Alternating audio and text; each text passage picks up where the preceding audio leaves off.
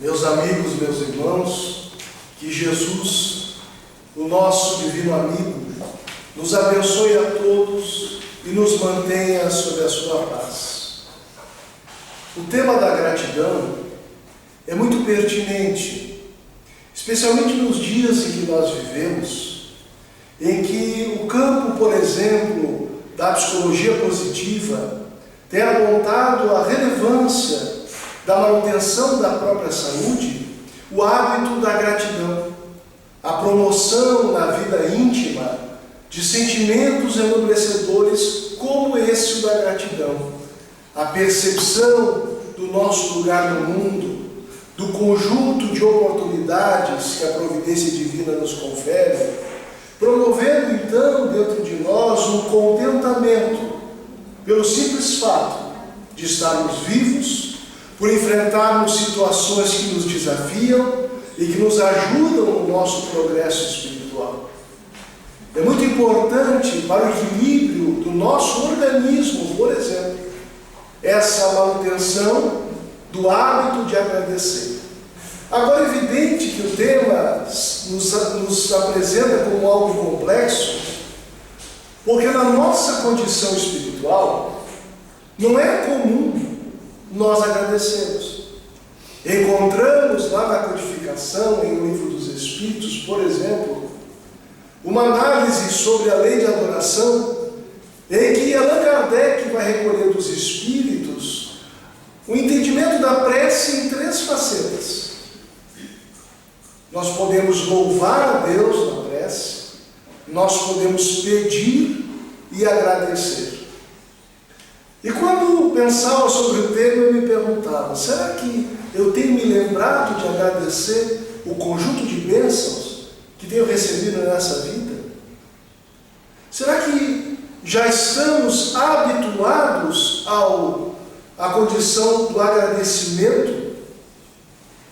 Não raro, nós não paramos para pensar sobre tudo quanto a providência divina nos confere. Porque algumas coisas se tornam tão naturais, tão triviais, tão corriqueiras em nossa vida que parece que não tem tamanho valor. Mas a gente pode pensar, por exemplo, na saúde. A oportunidade de banhar-se sozinho, sem depender de ninguém.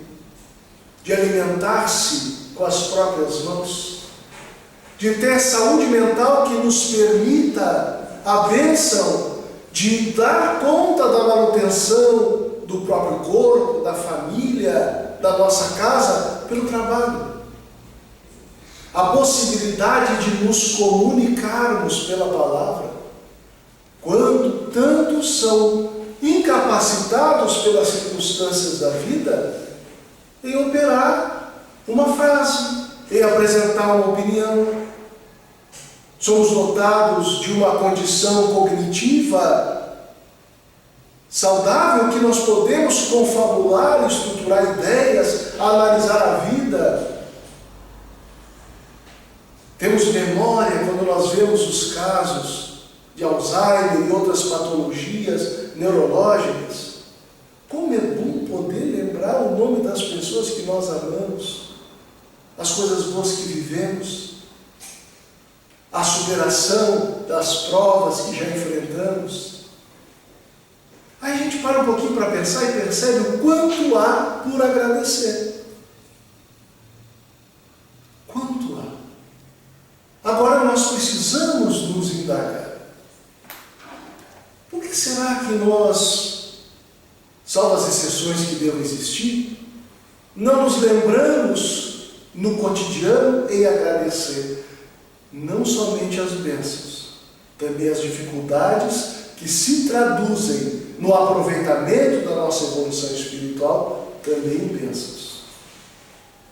E aí nós vamos verificar com Allan Kardec, quando estuda as categorias dos mundos habitados, especialmente no capítulo de O Evangelho segundo o Espiritismo, há muitas moradas na casa do Pai, que o nosso planeta se constitui em uma morada de provas e expiação, quer dizer, em que vigora, na sua maioria, das experiências que vivenciamos, aqueles testes que nós estruturamos como possibilidade no nosso planejamento reencarnatório, antes de renascer. Aquelas experiências que nos convocam ao trabalho, ao uso da inteligência, à renovação moral, para que nós venhamos galgar pouco a pouco passos superiores nessa senda da lei do progresso. E também lidamos com o resgate dos nossos débitos, as expiações, essas experiências morais, físicas, psicológicas mais exigentes, que dizem respeito a uma devolutiva à vida, que diz respeito a recolhermos no próprio caminho as pedras que um dia nós lançamos, dentro da dinâmica daquilo que André Luiz chamou de ação e reação. E os espíritos que somos nós que vivemos esse calhau de experiências provacionais expiatórias, segundo a análise dos espíritos na codificação, somos espíritos inferiores, o que não deverá ferir o nosso brilho, mas pode incomodar de vez em quando o nosso orgulho. Por que espíritos inferiores? Porque ainda as nossas paixões, as más paixões, dominam as nossas condutas.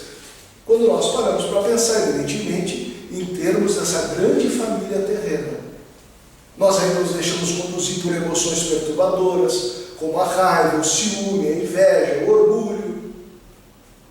Nós ainda temos ímpetos de eliminar o outro que é diferente da gente.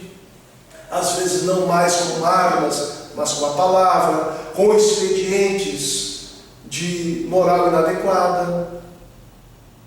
Observemos, por exemplo, os contextos de discussão política, a incapacidade do diálogo que habita a vida de muita gente, a intolerância, a ânsia por dominar numa perspectiva, seja qual for. Todo excesso revela tranquilamente um conflito. Toda ânsia de domínio revela a nossa carência de maturidade espiritual. Toda intolerância demonstra que sabemos muito pouco das leis de Deus. Então, a nossa condição é de espíritos imperfeitos, em que o mal que habita em nós, alimentado pelas imperfeições, pelo cultivo das más paixões, ainda orienta o nosso viver. Erramos mais do que acertamos. No entanto, é evidente que nós somos perfectíveis.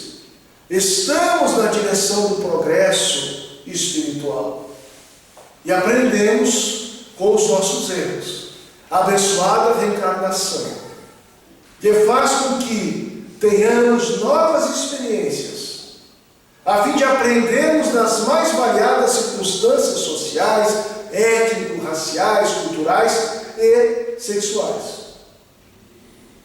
ou de gênero, onde vamos vendo o mundo pouco a pouco ao longo de várias existências e as leis de Deus sob variadas facetas, desenvolvendo um saber na totalidade, que é aquele saber que alavanca o progresso moral que todos devemos desenvolver.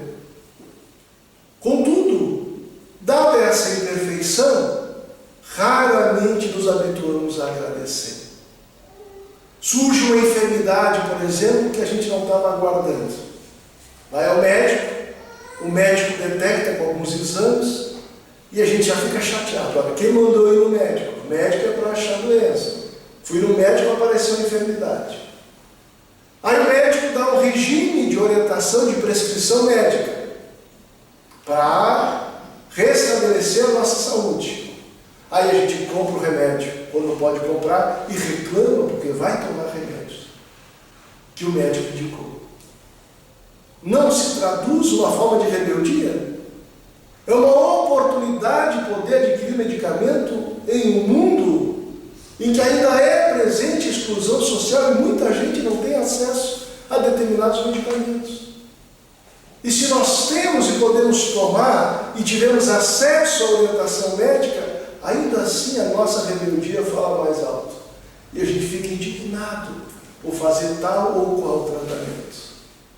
Nós normalmente agradecemos as coisas que parecem boas e não sabemos agradecer, pela falta de percepção espiritual adequada, os desafios que a vida nos apresenta, através dos quais a providência divina nos favorece no que diz respeito ao nosso crescimento espiritual.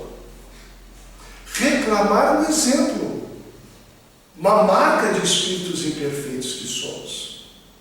Não sei vocês, mas eu me descubro reclamando vez por outra. E a gente reclama de cada coisa. Reclama do calor, reclama do frio, reclama do trânsito, reclama do trabalho, reclama dos colegas, reclama da família. E tem gente que até reclama de Deus. É um mau hábito. Estabelecendo essa sintonia negativa de uma onda de desânimo que tem ocupado a vida de muita gente, em processos de perturbação espiritual que vão se complexificando em função de que nós vamos cultivando essas sintonias negativas, com pensamentos acanhados, com pensamentos vinculados à lamentação, à raiva e até o ódio. Tem pessoas que dizem, eu odeio segunda-feira. Olha que coisa interessante. Sentimento forte, né? Mas a pessoa odeia segunda-feira. São os processos depressivos que estão mascarados, que a gente precisa buscar a terapêutica pertinente. E outros processos de enfermidade psicológica que nós precisamos buscar os recursos que o mundo oferece ao lado da terapêutica espiritual. Mas eu pensei, como eu tenho dificuldade de explicar a gratidão, busquei a ajuda do Espírito Emmanuel em um texto que está na coletânea chamada Evangelho por Emmanuel, as Cartas de Paulo, editado pela Federação Espírita Brasileira. E esse texto, que eu vou me permitir ler alguns trechos e comentar, se chama Agradeçamos Sempre. É um comentário de Paulo a respeito, de Emmanuel, a respeito da carta aos Efésios, um pequeno trecho que Paulo diz assim: sempre e por tudo dando graças a Deus, o Pai, em nome de nosso Senhor Jesus Cristo. Dar graças a Deus em tudo. Porque a visão do Espiritismo é justamente a compreensão de que Deus sabe, como dizia Jesus, o que nós precisamos muito antes que a gente venha pedir. E Deus sabe exatamente o que a gente precisa. Aquelas circunstâncias que nos frustraram são uma bênção. Porque provavelmente aquilo que achávamos ser um benefício, com que Deus não nos dá oportunidade de experienciar, normalmente são experiências em que nós estamos iludidos a respeito das consequências. E a providência divina, então, tira o brinquedo da gente, que somos crianças espirituais, para viver experiências que são educativas de fato, nos afastando das distrações, daquilo que nos aparta do nosso sentido existencial, da finalidade da reencarnação, que é progredirmos do ponto de vista da inteligência e da moralidade, do saber e do sentimento. E Emmanuel começa a fazer a exegese, a explicação desse trecho, dizendo o seguinte: muita gente pergunta como se pode render graças a Deus pelas dores que sacodem a vida. Entretanto, basta leve reflexão para que venhamos a reconhecer a função renovadora do sofrimento. O sofrimento tem uma função reeducativa. Ele nos coloca em um novo patamar a respeito da vida. Um exemplo muito simples é quando nós dizíamos, buscamos um médico, descobrimos uma enfermidade, e quando nos colocamos sob o tratamento de maneira adequada, desenvolvemos, por exemplo, a disciplina, o horário de tomar o remédio, o alimento tal que precisamos evitar, a conduta Y que precisamos adotar para a manutenção da saúde, evitando dependências desnecessárias a certos medicamentos. Muitos de nós, com uma enfermidade que vai nos acompanhar ao longo da vida, aprendemos a valorizar mais a vida. Vemos que somos neuróticos, apegados a questões menores que dificultam o nosso bem viver e o nosso conviver. E diante de uma enfermidade, não raramente somos levados a pensar no que realmente interessa em nossas vidas. Quando temos notícia de uma enfermidade mais grave, degenerativa, que o tempo parece contra a nós outros, aí nos lembramos das pessoas que magoamos, somos incitados a pedir perdão, que é um recurso terapêutico também, a perdoar. Descobrimos a possibilidade de reconciliação.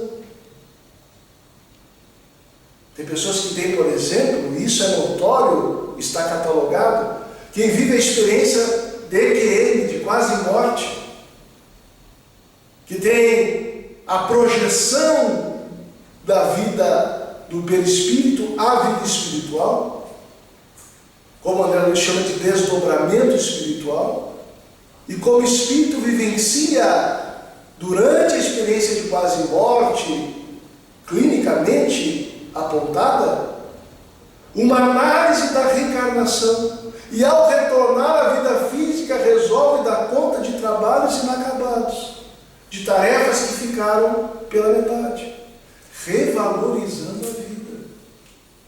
Pessoas que necessitaram de um transplante complexificado.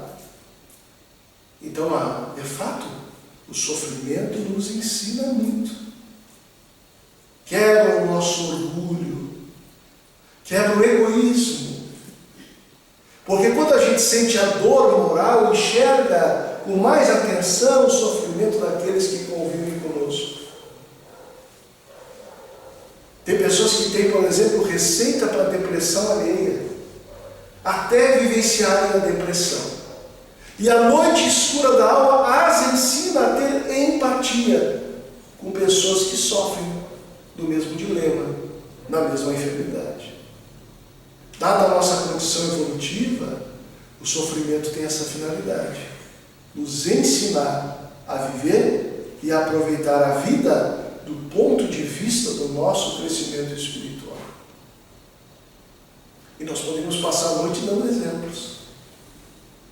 A ausência de um filho no lar, a queda moral de um familiar querido, que nos reensina a convivência. Alguém querido que caminha para a delinquência e a vida nos coloca a visitá-lo na casa carcerária. A gente reaprende quando não se revolta. A gente aprende muito quando não deixa dar vazão à rebeldia. Diz Emmanuel: atravessaste longo período de enfermidade, da qual te refazes dificilmente. E se ouvires a própria consciência, perceberás que a moléstia física foi socorro valioso para que te não arrojasse a tremendas lutas de espírito. Às vezes uma enfermidade da juventude que elimina a nossa vida social. E as pessoas olham para o indivíduo, coitadinho, não pode aproveitar a vida. E justamente ali está um recurso para que ele não se perca de si mesmo. A enfermidade lhe tira o véu das ilusões, para que ele não se entregue a expedientes que lhe façam adentrar descaminhos morais. Difícil não nos identificarmos com algum aspecto do que o Emmanuel traz aqui. Foste surrupiado na vantagem financeira que te colocava em destaque no trabalho, que te assegura a subsistência. E se meditas severamente no assunto, observarás que a suposta humilhação te livrou de compromissos perigosos e arrasadores. A crise é uma oportunidade de redenção. Às vezes estamos na crista da onda no ambiente profissional. E para prosseguir é necessário abraçar expedientes que não são sadios, mas que numa cultura materialista está em vigor. Termina a conferência da empresa e daqui a pouco um grupo de executivos vai drogar-se. E aquela criatura que tem senso moral diz: olha, minha vida não é para isso.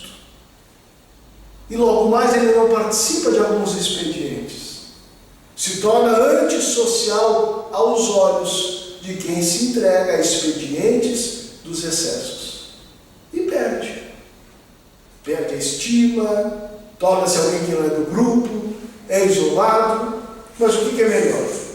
Ele encerrar sua carreira em uma clínica de recuperação para pessoas que se adentraram no mundo das drogas, ou perder naquele momento o aplauso mentiroso do mundo?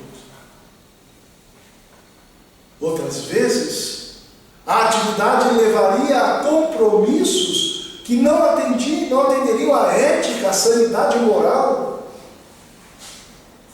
o desempenho justo da ordem das coisas.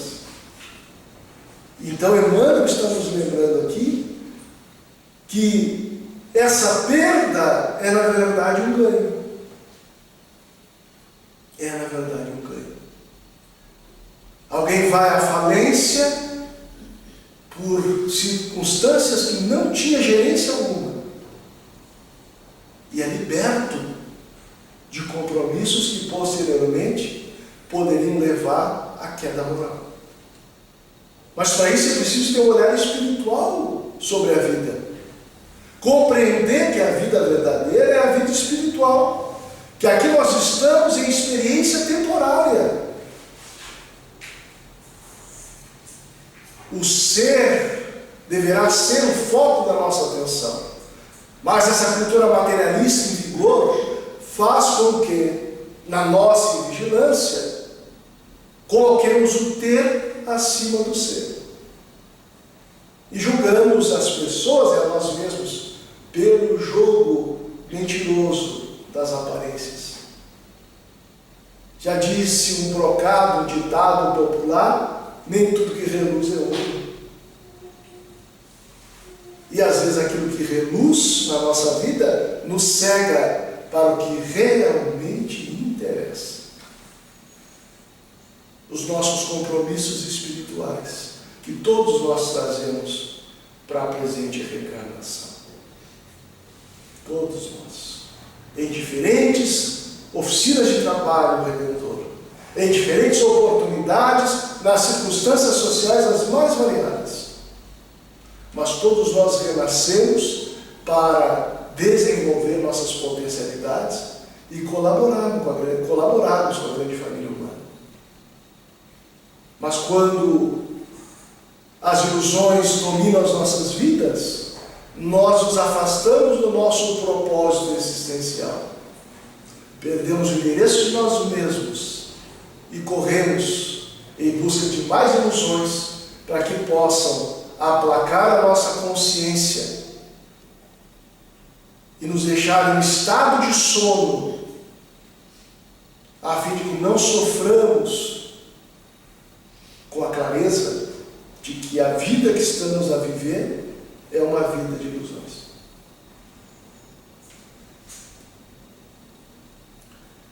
Perdeste recursos materiais que apenas te acrescentariam o reconforto desnecessário no carro da própria existência. E se te deres ao exame desapaixonado da própria situação, verificarás que alijaste o peso dourado de enfeites suntuosos que te fariam, provavelmente, a vítima de criminosos assaltos. Numa sociedade como a nossa, a perda de valores materiais é qualificada como fracasso. Porque nós julgamos o êxito pelo que as pessoas têm. Propriedades, diplomas, conta bancária, as cifras que a conta bancária adorna, o prestígio social, a presença nas colunas sociais. Vende-se muito obras literárias que dão o segredo do sucesso. O segredo do sucesso, do ponto de vista materialista. Mas é interessante observar que, segundo o Emmanuel nos permite refletir,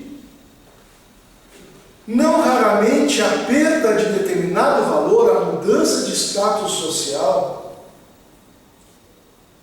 nos traz a experiência da vida material do necessário, nos tirando dessa gaiola dos excessos que nos impedem de prosseguir com maior tranquilidade. Aí nos arrojamos a experiências tão cheias de possibilidades materiais e nos aprisionamos nelas. Se torna um interdito a realizações felizes. Assumimos uma agenda de compromissos que, por exemplo, nos afastam da convivência com os filhos, da oportunidade de uma conversa prazenteira em família, da possibilidade de caminhar a rua sem medo de ser assaltado. E às vezes, numa condição de maior simplicidade, ganhamos o anonimato, que é sinônimo de liberdade. Transitamos no nosso bairro com uma certa tranquilidade. Perdemos os anéis, como se diz no ditado popular, mas os dedos continuam conosco. Mas, às vezes, é menos. E menos, o equilíbrio, sem neurose, sem recalque, pode significar mais. Pode significar mais. Como é triste verificar, por exemplo, pessoas que nem desencarnaram, os filhos já estão dividindo os bens. Nem desencarnaram, já estão decidindo o que vão fazer com a casa X, com a casa Y. E não é errado ter recursos materiais. Nós precisamos colocá-los a favor do progresso e da vida. O que nós estamos abordando aqui é a possibilidade de agradecer a Deus quando eles nos escapam às mãos. Porque a providência sabe do que a gente precisa.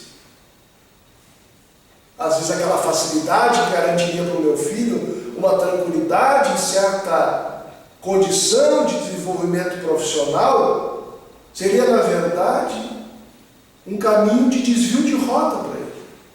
E a dificuldade advém no seu caminho, a despeito dos meus esforços, para que ele cresça valorizando o trabalho, o próprio esforço. E o excesso talvez o desviasse do amor ao trabalho, do culto ao dever, da responsabilidade. E nós vamos observar, por exemplo, que entre as causas do suicídio, segundo os espíritos na codificação, está a saciedade, o excesso, a ausência de propósito, de motivo de busca, de luta. Então, daqui a pouco, aquilo que parece para mim uma desgraça, porque não pude garantir aquela poupança vultosa para o meu filho, apesar da minha competência, da minha previdência, é um recurso que a Divina Providência encontrou para que a minha família não desande nos seus processos educativos. Dizia uma filósofa que eu conheci desde que eu nasci, a Dona Alice, que há males que vêm para bem. Está na cultura popular essa sabedoria. Os nossos males, sempre, os que surgem como desafio, sempre vêm para o nosso bem. São males do ponto de vista aparente. Não te confies às aparências. É um convite para que olhemos com maior atenção os desafios da vida. Qual o recado que o sofrimento está a nos dar? Qual a lição que a providência divina está nos conferindo? Alguma lição a gente sempre tira. Há em tudo oportunidade de aprendizado. o que nós temos buscado aprender? Muitas vezes nós nos ocupamos tanto de reclamar que deixamos de aprender as lições que a vida nos confere.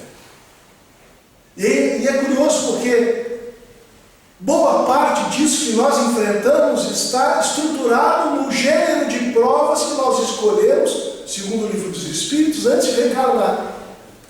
Eu fico imaginando o nosso espírito protetor, o anjo de guarda, definindo com a gente uma programação. Feliz da vida porque a gente aceitou aquele gênero de prova que nos alça com maior segurança ao progresso. Que optamos por certas expiações que apagam o nosso passado faltoso. Agora sim, ele aceitou, vamos lá, vai dar certo. Aí vem a prova e a gente começa a reclamar, assim, meu Deus, mas ele esqueceu o que a gente combinou. Meu filho para de reclamar, agradece, a gente reclama. Sem perceber que tudo diz respeito a uma devolução.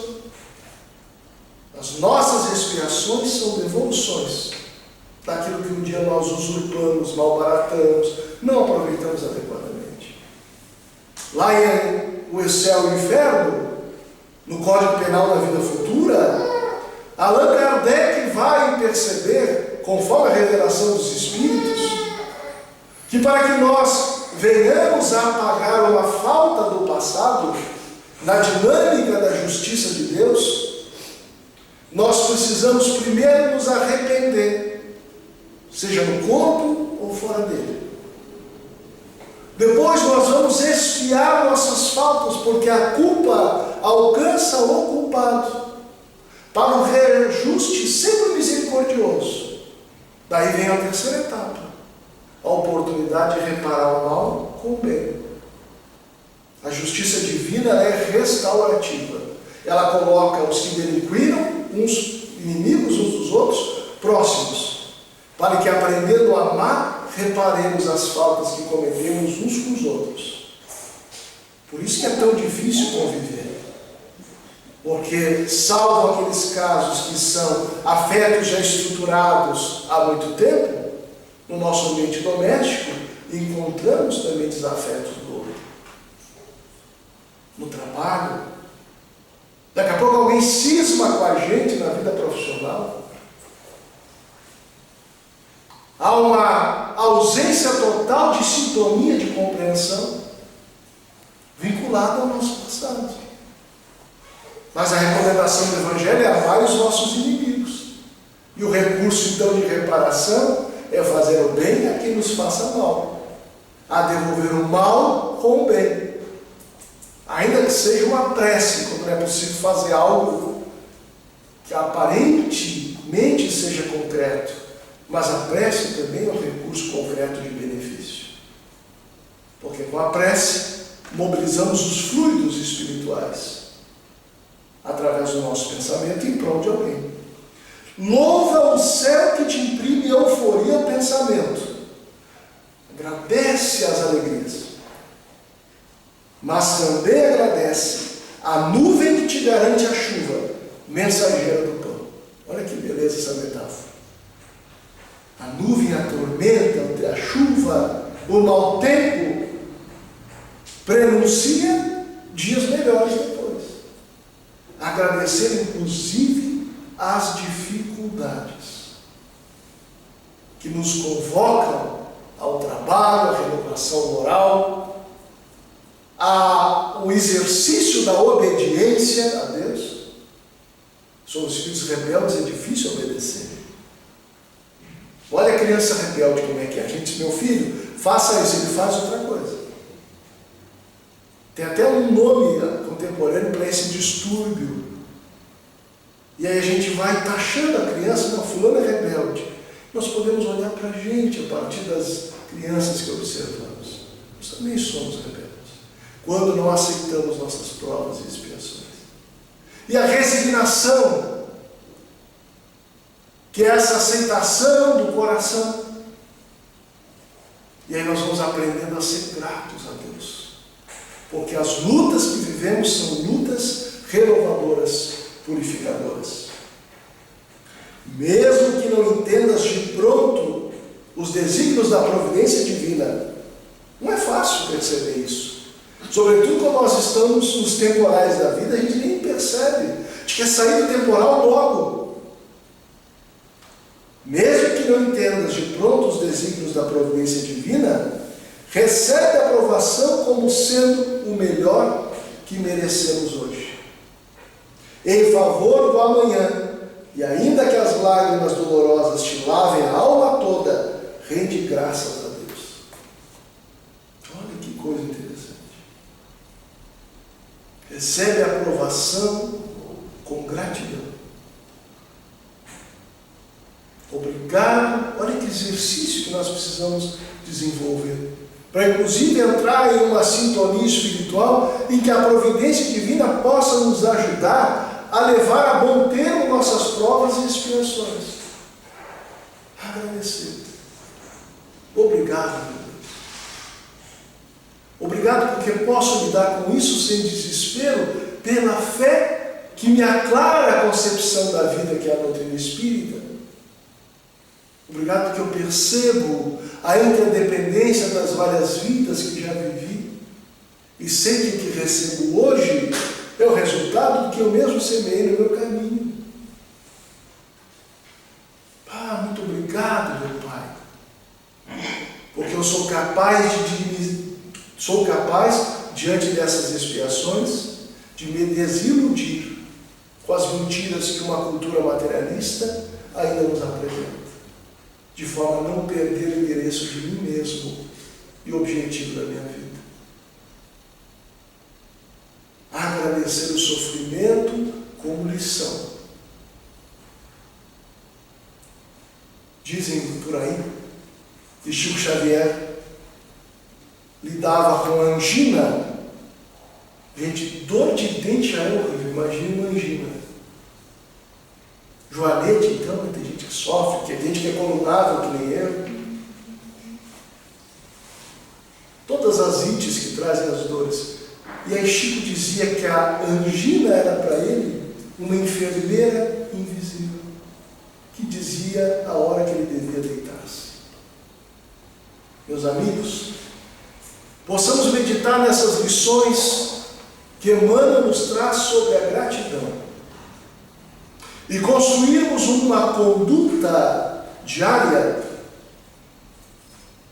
em que expressamos pelo pensamento, pelas nossas atitudes, uma compreensão de profunda gratidão por tudo quanto Deus nos apresenta, sem dúvida alguma, como Pai amoroso e justo, nos apresenta o que precisamos para a felicidade real. Muito obrigado pela sua atenção e nossos votos, então, de saúde e paz a todos.